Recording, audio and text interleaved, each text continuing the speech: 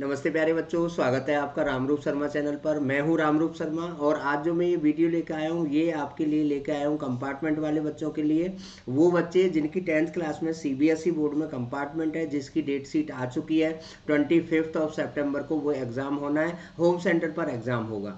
तो उनके लिए मैं वो क्वेश्चन लेकर आया हूँ जो क्वेश्चन हर बारी, हर साल, हर किसी साल में भी क्या, अगर कंपार्टमेंट का एग्ज़ाम होता है तो उसमें भी वो क्वेश्चन आता है, मेन एग्ज़ाम होता है तो भी उसमें भी वो क्वेश्चन आता है, प्री बोर्ड होते हैं तो भी उसमें वो क्वेश्चन आता है। तो ये कुछ क्वेश्चंस हैं जिन्हें आप जरूर करके जाएं और इनमें से आपको क्वेश्चन जरूर बोर्ड एग्जाम में देखने को मिलेंगे। डरे नहीं, क्वेश्चन के पेपर को ठीक से पढ़ें। मैं आपको चैप्टर वाइज बताता हूं कि किस किस तरीके से कौन कौन से क्वेश्चन है जो आपको हर बारी एग्जाम में देखने को मिल जाएंगे। जो सबसे पहला क्वेश्चन है वो इस तरीके का होता है कि √3 इर्रेशनल प्रूव करिए। ठीक है ना। तो ये क्वेश्चन आपको हर बारी एग्जाम में मिल जाएगा। √3 की जगह √5 भी हो सकता है, √5 की जगह √7 भी हो सकता है, √7 की जगह 3/√5 भी हो सकता है, और इसकी जगह पर आप 1/√5 भी हो सकता है। तो इस तरीके के क्वेश्चन करिए, 100% आपको ये एग्जाम में देखने को मिलेगा। दूसरा जो क्वेश्चन है वो मिलेगा आपका एलसीएम निकालना और एचसीएफ निकालने के लिए। ठीक है ना, प्राइम फैक्टराइजेशन मेथड से, जो 1 मार्क में मिल सकता है। ठीक है ना। तीसरा जो क्वेश्चन है जो 100% मिलेगा वो चैप्टर 2 से बता रहा हूं मैं, यानी कि रियल नंबर से। वहां पर एक क्वाड्रेटिक इक्वेशन दी हुई होगी, जिस जैसे मैंने ये एक एग्जांपल मैंने दिया है, और वहां पर कहा हुआ होगा कि इसके जीरोज निकालिए और इनको वेरीफाई करिए। तो इस तरीके के क्वेश्चन की आप प्रैक्टिस जरूर कर लें, ये क्वेश्चन रिपीट होता है। चैप्टर जो चौथा क्वेश्चन है वो चैप्टर 3 और चैप्टर 4 से है। एक ट्रेन वाला क्वेश्चन होता है कि एक ट्रेन है, उसकी स्पीड है सपोज करिए 40 कुछ है, ठीक है ना, और उसकी स्पीड जल्दी पहुंचने की वजह से हमने 10 किलोमीटर पर आवर बढ़ा दी गई है। ठीक है ना, और उस ट्रेन को जाना है सपोज करिए 400 किलोमीटर। तो वो ट्रेन जल्दी पहुंच जाती है, स्पीड बढ़ेगी तो जल्दी पहुंचेगी, और उसके पहुंचने का जो डिफरेंस है वो 1 आवर हो जाता है। तो इस क्वेश्चन को, इस तरीके के क्वेश्चन को आप जरूर करें। बहुत आसान सा पैटर्न है। अगर आपको कोई दिक्कत आ रही है तो आप यूट्यूब चैनल पर भी इस तरीके की वीडियो बहुत सारी है मेरे पर, और दूसरा आप राइज बैच में जुड़ना चाहते हैं तो वहां पर भी जुड़ सकते हैं। ठीक है ना। इसी चैप्टर से एक क्वेश्चन और है जिसे हम कहते हैं एज वाला क्वेश्चन, कि राम की एज अपने पिता की एज से दोगुनी है, या 4 साल बाद उसकी एज इतनी हो जाएगी। तो ये जो एज वाला क्वेश्चन है ये भी अक्सर रिपीट होता है, फ्रीक्वेंटली आता रहता है, तो इस क्वेश्चन को जरूर करके जाए। ठीक है। अब आप आ जाते हैं चैप्टर 5 में। चैप्टर 5 में बहुत ही मोस्ट फ्रीक्वेंट जो क्वेश्चन है वो ये होता है कि an हमारा कुछ दिया हुआ है, जैसे 3n+7 दिया हुआ है। ठीक है ना, आज आप S50 निकालिए, इस तरीके का क्वेश्चन। या फिर इसकी जगह आ जाता है SN हमें दिया हुआ है 3n² + 5n। ठीक है ना, और आप जो है AN निकालिए या A10 निकालिए। तो ये क्वेश्चन है जो जनरली आ जाता है। इसके साथ साथ में इसके ही पैरेलल क्वेश्चन ये भी आ जाता है कि 3 के मल्टीपल 2 डिजिट नंबर का सम निकालिए आप। ठीक है ना, या ऐसे नंबर निकालिए जो 10 से 50 के बीच में है और जो 7 के डिविजिबल है। ठीक है ना, तो इस तरीके का क्वेश्चन भी आपका एपी से आ जाता है।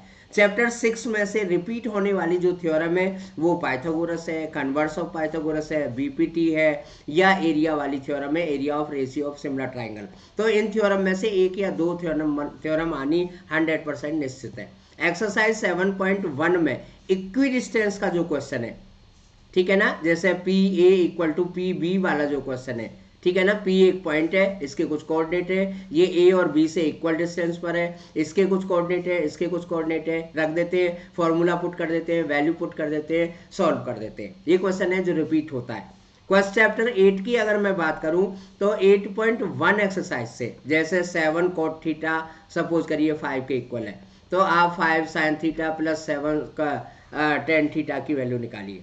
तो एक ट्राइंगल बनाएंगे हम, तीसरी साइड निकाल लेंगे, इसमें वैल्यू पुट कर देंगे ट्रिग्नोमेट्रिक रेशियोज को, आंसर क्वेश्चन का आ जाता है। दूसरा जो क्वेश्चन है जो 100% आता है वो है कॉम्प्लीमेंट्री एंगल से। कॉम्प्लीमेंट्री और स्पेसिफिक एंगल का सम आ जाता है, जैसे sin 1 डिग्री, sin 2 डिग्री, और इस तरीके से हमने रख दिया यहाँ पर sin 90 डिग्री। इन सब की वैल्यू निकालिए, कॉम्प्लीमेंट्री एंगल से भी आ जाता है। ठीक है ना, तो ये चैप्टर 8 की बात है। चैप्टर 9 की अगर मैं बात करूं, देखिए चैप्टर 9 में सारा का सारा क्वेश्चन फिगर पर बेस होता है, तो इस तरीके की फिगर पर आपका क्वेश्चन अक्सर आ जाता है। कि एक टावर है और उसकी शैडो 45 डिग्री पर इतनी है और 30 डिग्री पर इतनी ज़्यादा हो जाती है। या आपका इस तरीके का क्वेश्चन आ जाता है कि ये एक हमारे पास में कोई भी वॉल है या बिल्डिंग है, इसके ऊपर फ्लैग लगा हुआ है, ठीक है ना, और उसको एक पॉइंट से देखते हैं तो इतने इतने एंगल बनते हैं। दो ट्रायंगल ले लेंगे हम, अक्सर ये क्वेश्चन आ जाता है और हो जाता है। और एक सबसे ज़्यादा जो फ्रीक्वेंट क्वेश्चन है वो ये है कि ये एक एरोप्लेन है, एरोप्लेन के यहाँ से देखते हैं तो 60 डिग्री एंगल बनता है, वो एरोप्लेन 15 सेकंड चलता है, फिर यहाँ पर पहुँच जाता है, तो अब जो एंगल बनता है वो 45 डिग्री बनता है। तो इन तीनों फिगर पर जो क्वेश्चन है वो अक्सर हर साल आते ही आते हैं। अगर मैं बात करूं चैप्टर 10 की, तो चैप्टर 10 जो है वो बहुत ही इंपॉर्टेंट चैप्टर है। चैप्टर 10 सर्कल वाला चैप्टर। एक क्वेश्चन है आपका इस तरीके का, इस क्वेश्चन को जरूर करके जाएं कि 3 टेंजेंट दिए हुए और हमें प्रूव करना होता है कि ये एंगल 90 डिग्री का है, ठीक है ना। या एक क्वेश्चन हमारा ऐसा है कि दो कॉन्सेंट्रिक सर्कल हैं, एक का रेडियस 3 सेंटीमीटर है, दूसरे का रेडियस 5 सेंटीमीटर है, तो आप उस कॉर्ड की लेंथ बताइए।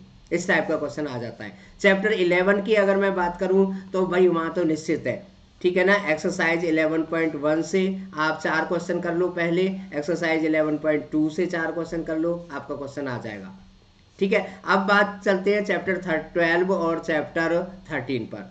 12 जो चैप्टर है उसमें इस तरीके का क्वेश्चन आता ही आता है कि एक ट्राइंगल बना हुआ है, ठीक है ना, ये ट्राइंगल है और ये 90 डिग्री है और यहाँ पर एक क्वाड्रांट है और फिर यहाँ पर एक सेमी सर्कल है, तो इसका एरिया आपको बताना है। तो इस तरीके का क्वेश्चन 100% आ ही रहा है, आ ही जाता है, ठीक है ना। चैप्टर 13 की बात करें तो रसगुल्ला वाला जो क्वेश्चन है, गुलाब जामुन वाला जो क्वेश्चन है, गुलाब जामुन वाला क्वेश्चन अक्सर आ जाता है, ठीक है ना। फर्स्ट टर्म में जो हमारा क्वेश्चन है, बकेट का जो क्वेश्चन है फर्स्ट टर्म में, वो क्वेश्चन आपका अक्सर आ जाता है, तो इस टाइप के क्वेश्चन को जरूर करिए। कन्वर्जन वाला क्वेश्चन जरूर आता है कि एक बड़ा स्फीयर है, हमने मेल्ट करके उससे सिलेंडर बना दिया, तो इसका वॉल्यूम इसके वॉल्यूम के इक्वल होता है। अगर हम बात करें चैप्टर 14 की, तो 14 तो बहुत ही सिंपल है भाई, एक क्वेश्चन उठाओ, उसका मीन निकालो, मीडियन निकालो, मोड निकालो। एक मिसिंग फ्रीक्वेंसी वाला क्वेश्चन उठाइए, मिसिंग फ्रीक्वेंसी वाला, ठीक है ना, एक एक्स फ्रीक्वेंसी में एक्स दिया होता है, मिसिंग फ्रीक्वेंसी वाला क्वेश्चन करिए, उसे भी कर दो मीन मोड मीडियन से। एक दो मिसिंग फ्रीक्वेंसी वाला भी क्वेश्चन करिए, ये मत करिए, चलिए आप इन दोनों क्वेश्चन को करिए। प्रोबेबिलिटी में देखिए बहुत ही साफ है, कॉइन वाले क्वेश्चन कर लो 4-5, ठीक है ना, डाई वाले क्वेश्चन कर लो 4-5 और प्लेइंग कार्ड वाले क्वेश्चन कर लो 4-5, आपका क्वेश्चन 100% यहाँ से आ जाएगा। तो डरे नहीं, इन क्वेश्चंस की डेली करें तैयारी और बड़े आराम से आप पास होंगे। पास ही नहीं, आपके रेस्पेक्टेड नंबर आ जाएंगे।